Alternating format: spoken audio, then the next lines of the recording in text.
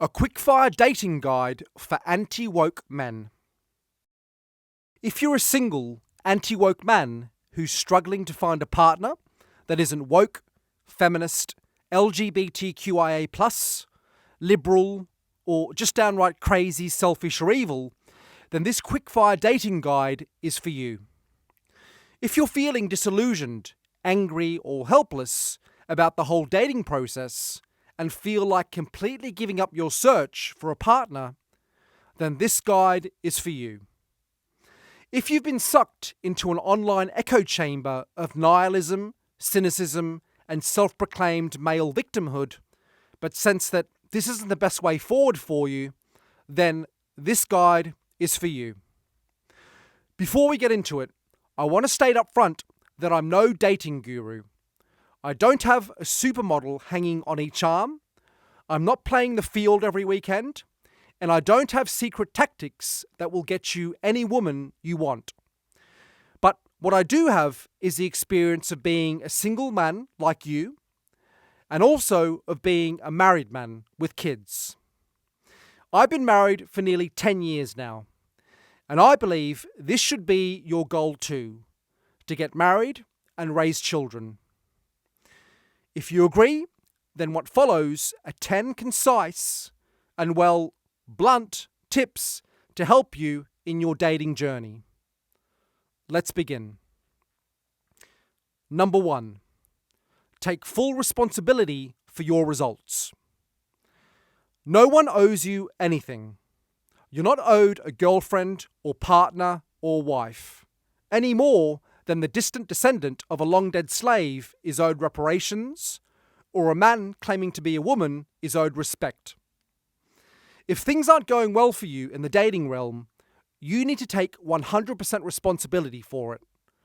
No one else is to blame. Society isn't to blame. This might sound harsh, but even if you could objectively point to, say, modern society bearing some of the blame, it would do you zero good to think that way. That would mean relegating the success of your dating endeavours to factors beyond your control. You'd be a victim, unable to change anything about your circumstances, and subject to the whims of others. That's not where you want to be. Now, if you already take responsibility for your results, great. If you don't, then it's essential you start doing so. None of the tips that follow work without this. Number 2. Look in the mirror. You should ask yourself the following questions and answer from the perspective of the type of woman you want to attract. In other words, put yourself in her shoes. Question A. If I were this woman, would I want to date me? Why or why not? Question B. If I were this woman and got to know me as I am today, what are the things I would like about me and the things I would dislike about me? If you answer these questions honestly, you will have a list of things you can work on. We'll come back to this in tips 6 and 7. Number 3. Be anti-feminist, not anti-woman. We live in a time of division. The woke are running amok in our society, and it's tempting to respond in a way that throws the baby out with the bathwater. Yes, modern feminism is bad, but don't let it taint your view of women in general. These are two different things. One is an ideology promulgated by idiot academics and activists. The other is one of two sexes of the human species born of God or nature, depending on what you believe. Women have played and will continue to play a critical role in our society. So remember to maintain a sense of perspective within the current madness. Number 4. Search smarter, not harder. If you want to find a non-woke woman, then you might struggle if you're looking for them in academia, the non-profit sector, the entertainment industry, the media, the civil service, and so on. Instead, you might want to target occupations that don't require them to lean into masculine traits or display their unwavering allegiance to woke ideology. Some examples that come to mind are in beauty, childcare, hospitality, and healthcare, putting COVID aside here. If you're looking for someone in more white-collar roles, then the business world is fine.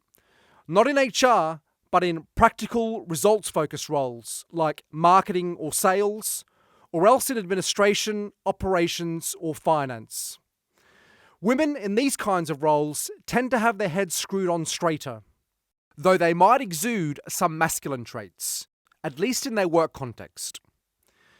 These are, of course, massive generalizations, and you will find woke and non-woke women in every profession. But it's about recognizing where you're more or less likely to find what you're looking for. Other targeting criteria could be geographic, for example, in towns, villages, and the countryside. Alternatively, you could look outside your country. Anglo and European, or Anglo/European descended people, live in many places. For example, in America and Canada, UK and Ireland, Europe, Australia and New Zealand, South Africa, South America, etc.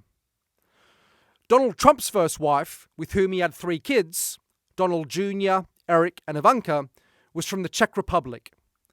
His third wife, with whom he had Baron, is from Slovenia.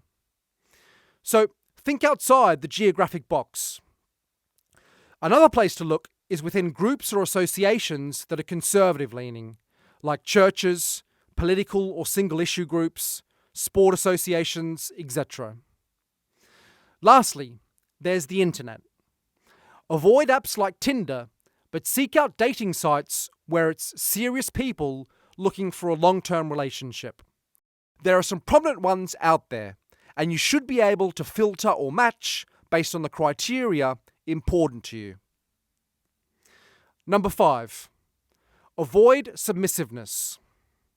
Society has taught men today to be nice, safe, inoffensive, sensitive, limp-wristed pushovers. Don't be that. That doesn't mean you should go to the opposite extreme and be aggressive or rude or arrogant. It just means don't sell yourself out to this false ideal. Don't bend over backwards to come across as totally a nice guy, the nicest and safest guy your date could ever meet. That's just sad. It's like a woman acting like a tough guy to impress you. You want to lean into your masculine qualities and project strength, self-assurance, and competence. That doesn't mean you should try to be what you're not. I know there are guys who are genuinely the sensitive type, geeky type, artistic or creative type, bookworm type, etc., which is fine. There's women that like that. But if you're struggling because of it, then maybe it's worth putting some focus on developing yourself physically. Play a rough or challenging sport, or do weightlifting or martial arts. I recommend Brazilian Jiu-Jitsu. Physical activities like this will help you develop strength, resilience, and toughness, which in turn will change the way you feel about yourself and ultimately change the energy or aura you exude to others, including to members of the opposite sex. Number 6. Don't get hung up on your perceived shortcomings. I mentioned in tip 2 that you should take an objective look in the mirror and identify areas you need to work on. But if there's things about yourself you can't change, then don't get too hung up on them. Don't turn them into a handicap. So you're ugly, or awkward, or shy, or short, or stupid, or bald, or poor, or whatever. Well, guess what? For most of civilized history and all around the world, ugly men, awkward men, shy men, short men, stupid men, bald men, poor men, and many other types of men have been married. I know we all like to think of ourselves as unique, but we're not. We're just walking, talking cliches. There's thousands of you out there, possibly millions if we zoom out to encompass the whole planet. So, unless you look like the Elephant Man, there's nothing so unique about you that means you're condemned to be single for eternity. If other guys can do it, so can you. Number 7. Fulfill your potential. Not getting hung up on your shortcomings doesn't mean you shouldn't seek self-improvement. If you're fat, then as suggested earlier, start playing sport or exercising, and cut out or reduce unhealthy foods. If you're shy or awkward, then join a public speaking club like Toastmasters. If you're boring to women because your main hobbies are playing video games and watching TV, then take up more interesting and productive hobbies. Something in the world of atoms, not of bits. If you challenge yourself and focus on achieving meaningful goals, then you will be better off for it.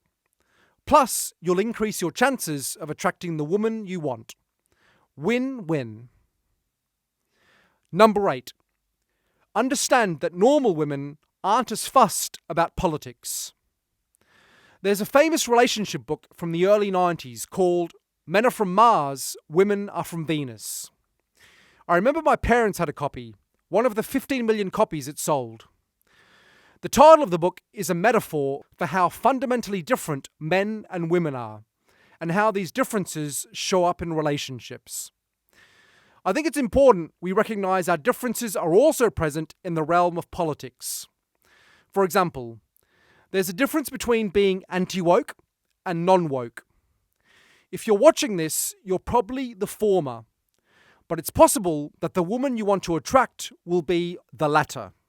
That is, she may disagree with wokism on some level, or find it odd or unappealing, but she isn't going to get all worked up about it. She's unlikely to ever watch this channel or any others like it, and if she did, her eyes would either glaze over, or she'd be put off by the style or even the subject matter. There are always exceptions, of course, but on the whole, this is the way it is. So it's best to keep this side of you out of your dating life. Western women, even well-intentioned ones with their eyes open, aren't going to save the West, any more than Chinese women would save China if they were in a similar boat to us, or Nigerian women would save Nigeria.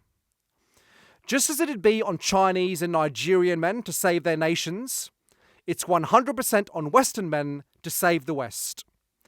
If it doesn't come from us, it just won't happen. So, we don't need Western women to be angry, testosterone-filled, and plotting mighty vengeance on the woke and globalist powers that be. They just need to be true to their nature, and we to ours. Save this sort of discussion for the guys, either online or offline, as it can put off decent women who are mainly focused on building a happy, secure life for themselves and their future family. Number 9. Adjust your expectations. What do I mean by this? I mean, don't expect perfection. Don't ground your expectations for a partner in fantasy. Things are often not what they seem. There are always trade-offs. And if you're only focused on finding someone you feel a magical connection or irresistible attraction to, well, that can blind you to the reality of who the other person is and how compatible you really are, beyond the short term. Maybe this will be unpopular advice, but I think first and foremost, you should seek someone whose values are aligned with yours when it comes to family, money, and life in general. This is critical, as misalignment in values is the source of so many major relationship problems. You should also find someone who you get along with, and someone you share one or more common interests with. Attraction is nice, but it will fade away. And if it's all you had, then you will be left with nothing. Many people discover this the hard way. Don't be one of them. Or if you have been one of them, don't make the same mistake again. Number 10. Persist. You may go on dates with 50 different women that lead nowhere and meet your match on the 51st. It's just the way it is sometimes. The good news is that you don't need to win over all 51 women, or 200 women, or 1,000 women. You only need to win over one. It's a very modest goal. One out of the millions of available women in your country and around the Western world. So why lose sleep if 50 women aren't interested in you? Am I losing sleep over the millions of women in the UK that aren't interested in me, or who wouldn't be if they knew I existed?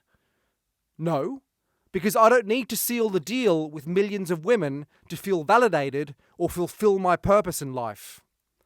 I don't need to win over a new woman each week, which is 52 a year or 520 a decade. That sounds like an awful lot of work with a very low chance of success. I only need to seal the deal once in a lifetime. That sounds pretty reasonable. So if you're single and think you're struggling, perhaps reframing your situation from struggling or failing to it's a numbers game and I'm making progress is more useful. There's two numbers that matter here. The number 1, which is how many women you need to win over, and the mystery number, which relates to how many women you must ask out or go on a date with before you find your match. You can hopefully lower that mystery number by applying the tips in this guide. If all else fails, you could just become a trans lesbian. Good luck.